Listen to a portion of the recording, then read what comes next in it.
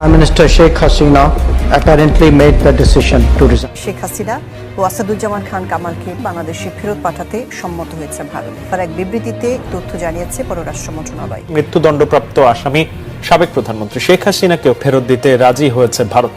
ভারতের পররাষ্ট্রমন্ত্রী এস জয়শঙ্করের বৈঠকে এসব বিষয়ে আলোচনা হয়। আওয়ামী লীগের সভাপতি ও ক্ষমতাচ্যুত প্রধানমন্ত্রী শেখ হাসিনাকে বাংলাদেশে ফেরত পাঠানোর আনুষ্ঠানিক বার্তা দিল ভারত।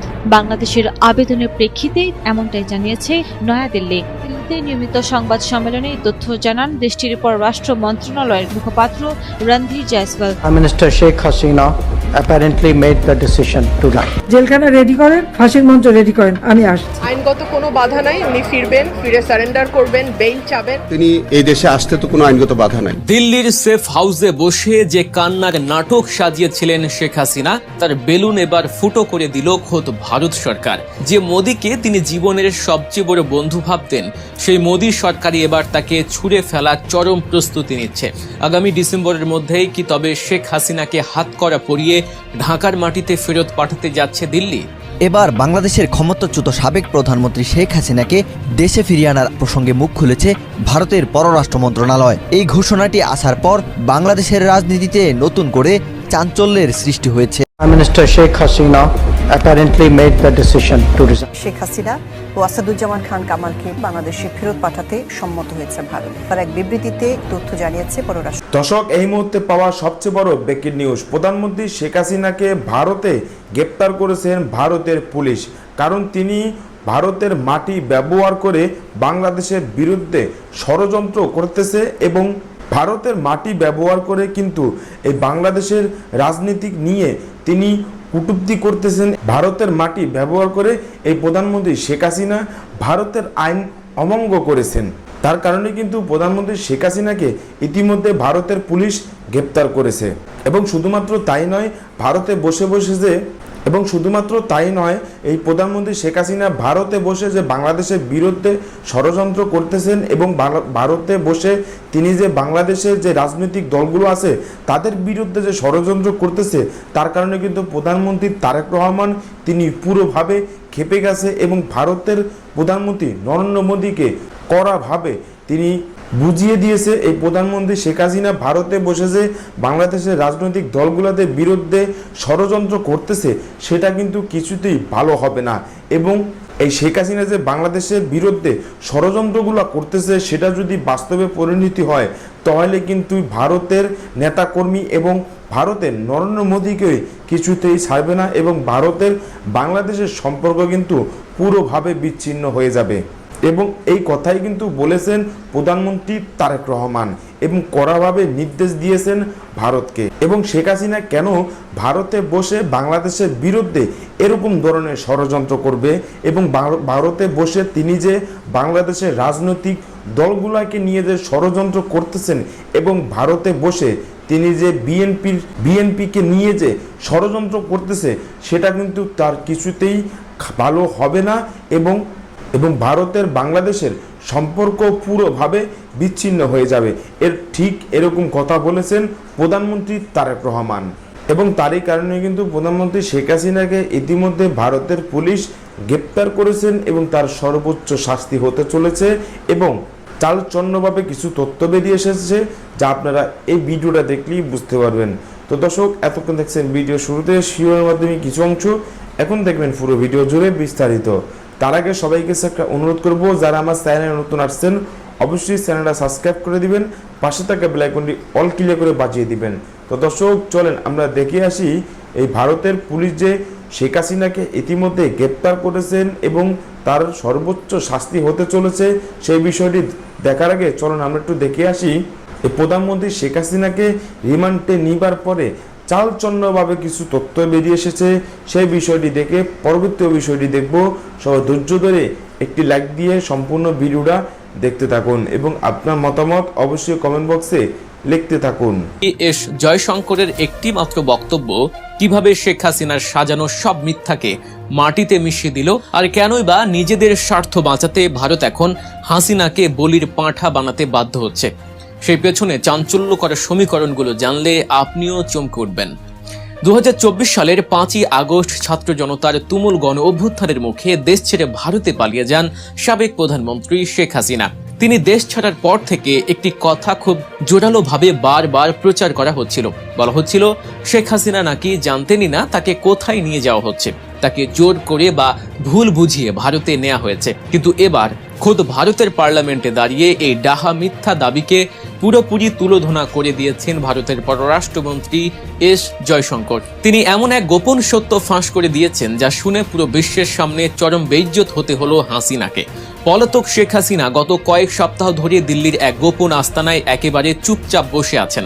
দেশি বা বিদেশি কোনো ক্যামেরার সামনেই তিনি কথা বলতে রাজি হননি, কিন্তু ভেতরে ভেতরে তিনি নিজের দলের বড় বড় নেতাদের সাথে ফোনে নিয়মিত যোগাযোগ রাখছিলেন। সবার সহানুভূতি কুড়াতে তিনি রীতিমতো কান্নাকাটির এক বিশাল নাটকও সাজিয়েছিলেন। ফোনে তিনি নেতাদের বোঝাচ্ছিলেন দেশ ছাড়ার সময় তিনি টেরই পাননি তাকে কোথায় নিয়ে যাওয়া হচ্ছে। তিনি নাকি ভেবেছিলেন তাকে ঢাকার বাইরে গোপালগঞ্জ বা টুঙ্গিপাড়ায় কোনো নিরাপদ জায়গায় নামিয়ে দেওয়া হবে। তিনি যদি আগে থেকে একটু বুঝতে পারতেন যে তাকে ভারতে নিয়ে যাওয়া হচ্ছে, তবে তিনি নাকি কোনোভাবেই দেশ ছাড়তেন না। কিন্তু আবেগ দিয়ে তৈরি করা এই মন গড়া গল্প আর মিথ্যা নাটকের 12টা বাজিয়ে দিল খোদ ভারত সরকার। ভারতের পররাষ্ট্রমন্ত্রী এস জয়শঙ্কর পার্লামেন্টে দাঁড়িয়ে সম্পূর্ণ বিপরীত এক বোম ফাটালেন। তিনি একদম সাফ জানিয়ে দিয়েছেন বাংলাদেশ বা ভারত সরকারের তরফ থেকে দেশ ছাড়ার জন্য শেখ হাসিনার উপর কোনো ধরনের চাপ ছিল না, বরং খুবই অল্প সময়ের নোটিশে স্বয়ং শেখ হাসিনা নিজেই ভারতের কাছে কিছুদিনের জন্য আশ্রয় এবং সেখানে যাওয়ার অনুমতির জন্য বিনীত অনুরোধ করেছিলেন। এস জয়শঙ্করের এই কথাগুলো কোনো পাড়ার মোড়ের আড্ডা বা সাধারণ সংবাদ সম্মেলনের কথা নয়, এটি একটি দেশের পার্লামেন্টে দাঁড়িয়ে দেয়া অফিসিয়াল বক্তব্য। আইনের ভাষায় এই কথার ওজন পাহাড়ের সমান। জয়শঙ্করের এই রাষ্ট্রীয় বক্তব্য প্রমাণ করে দিল শেখ হাসিনার ওই গোপালগঞ্জে যাওয়ার গল্পটি একেবারেই আগাগোড়া একটি ডাহা মিথ্যা কথা। রাজনৈতিক সুবিধা আদায়ের জন্য তিনি নিজেকে অবুঝ দাবি করে যে সহানুভূতি পাওয়ার চেষ্টা করছিলেন তা এখন রীতিমতো মুখ থুবড়ে পড়েছে। এখন প্রশ্ন হলো ভারত কেন হঠাৎ করে হাসিনাকে এভাবে বিপদে ফেলে সত্যটা ফাঁস করে দিল? এর উত্তর লুকিয়ে আছে বর্তমান ভূরাজনীতি এবং বাংলাদেশের ক্ষমতার পট পরিবর্তনের মধ্যে। বাংলাদেশের ক্ষমতার কেন্দ্রবিন্দুতে এখন তারেক রহমানের শক্ত অবস্থান। তারেক রহমানের এই উত্থানের কারণে রীতিমতো কাঁপছে দিল্লি। চীনের সাথে বাংলাদেশের নতুন সম্পর্কের কারণে ভারতের গলার কাঁটা হয়ে দাঁড়িয়েছেন এই পলাতক হাসিনা। ভারত খুব ভালোভাবে বুঝতে পেরেছে গত 15 বছর ধরে বাংলাদেশকে হাতের পুতুলের মতো নাচানোর যে অভ্যাস দিল্লির ছিল তা এখন পুরোপুরি ভেস্তে গেছে। ভারত ভেবেছিল হাসিনাকে নিজেদের কাছে রেখে দিলে হয়তো বাংলাদেশের রাজনীতিতে তারা আবারও দাদাগিরি করতে পারবে, কিন্তু তাদের সেই চাল উল্টো নিজেদের দিকেই বুমেরাং হয়ে ফিরে এসেছে। ভারতের প্রভাব বলয় থেকে বেরিয়ে বাংলাদেশ এখন চীন ও পাকিস্তানের সাথে নতুন ও শক্তিশালী সম্পর্ক গড়ে তুলছে। আর এই বিষয়টি ভারতের চিকেন স্নেক বা শিলিগুড়ি করিডোরের জন্য সবচেয়ে বড় ভয়ের কারণ হয়ে দাঁড়িয়েছে। হাসিনাকে আশ্রয় দিতে গিয়ে মোদী প্রশাসন এমন এক ঝামেলায় পড়েছে যে তারা এখন রীতিমতো অথই জলে হাবুডুবু খাচ্ছে। ভারত সরকার এটা হারে হারে টের পেয়েছে যে বাংলাদেশের বর্তমান সরকার আগের মতো মোটেই দুর্বল নয়। বর্ডার থেকে শুরু করে আন্তর্জাতিক সব জায়গায় তারেক রহমানের প্রশাসন ভারতকে রীতিমতো নাকানি চুবানি খাওয়াচ্ছে। বাংলাদেশ সরকার ইতিমধ্যে শেখ হাসিনাকে ফেরত দেওয়ার জন্য ভারতের কাছে কড়া ভাষায় চিঠি পাঠিয়েছে। ভারতের পররাষ্ট্র মন্ত্রণালয়ের মুখপাত্র রণধীর জয়সওয়ালকে এই বিষয়ে সরাসরি প্রশ্ন করা হলে তিনি হ্যাঁ বা না কিছু স্পষ্টভাবে বলতে পারেননি। তিনি এমন এক গোলমেলে জবাব দিয়েছেন যা শুনে সবার চোখ কপালে ওঠার জোগাড়। তিনি শুধু জানিয়েছেন অপরাধী ফেরত দেয়া চুক্তির আইনি দিকগুলো তারা খুব সাবধানে খতিয়ে দেখছেন। এর সোজা অর্থ হলো ভারত এখন সময় কাটানোর এক দারুণ ফন্দি এঁটেছে। কারণ দর্শক, প্রধানমন্ত্রী শেখ হাসিনা বাংলাদেশ থেকে পালিয়ে কিন্তু ভারতে চলে গিয়েছে, কিন্তু তিনি সেখানে যাইয়াও তিনি বসে থাকে নাই। তিনি সেখানে যাইয়াও তিনি রাজনীতি করতেছেন এবং ভারতের মাটি ব্যবহার করে বাংলাদেশের বিরুদ্ধে ষড়যন্ত্র করতেছে। এবং শুধুমাত্র তাই নয়, এই প্রধানমন্ত্রী শেখ হাসিনা বাংলাদেশকে নিয়ে অনেক ধরনের উস্কানির রকম কথা বলেছিল এবং বাংলাদেশে যে রাজনৈতিক দলগুলো আছে তাদের বিরুদ্ধে অনেক ধরনের ষড়যন্ত্র করতেছে এবং তাদের ভিতরে 1 নম্বরই আছে বিএনপি, 2 নম্বর আছে জামাত ইসলাম, 3 নম্বর আছে জাতীয় পার্টি। এবং শুধুমাত্র তাই নয়, এই ভারতে বসে যে তিনি এত ধরনের গুটি চালতেছে সেটা কিন্তু ভারতের নরেন্দ্র মোদী বলে দিয়েছে তিনি এখানে বসে ভারতের মাটি ব্যবহার করে তিনি রাজনীতি করতে পারবে না, কিন্তু এই শেখ হাসিনা তিনি তার অভ্যাস পরিবর্তন করতে পারে নাই।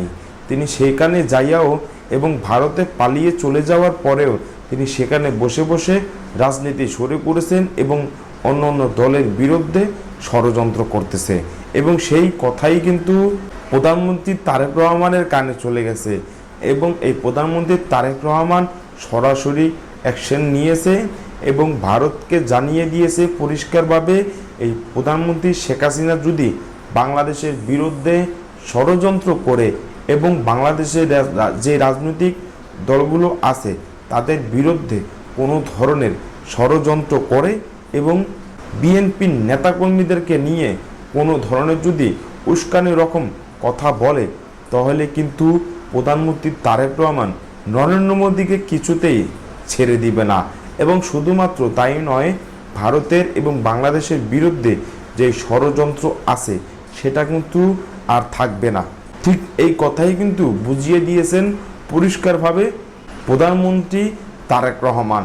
এবং প্রধানমন্ত্রী তারেক রহমান এটাও কিন্তু বলেছে যদি ভারতের বাংলাদেশের সম্পর্ক ভালো চান তাহলে কিন্তু এই প্রধানমন্ত্রী শেখ হাসিনাকে দ্রুত গ্রেপ্তার করে বাংলাদেশে ফেরত দিতে হবে এবং আওয়ামী লীগের যত নেতাকর্মী আছে সব নেতাকর্মীকে ভারত থেকে ফেরত দিতে হবে।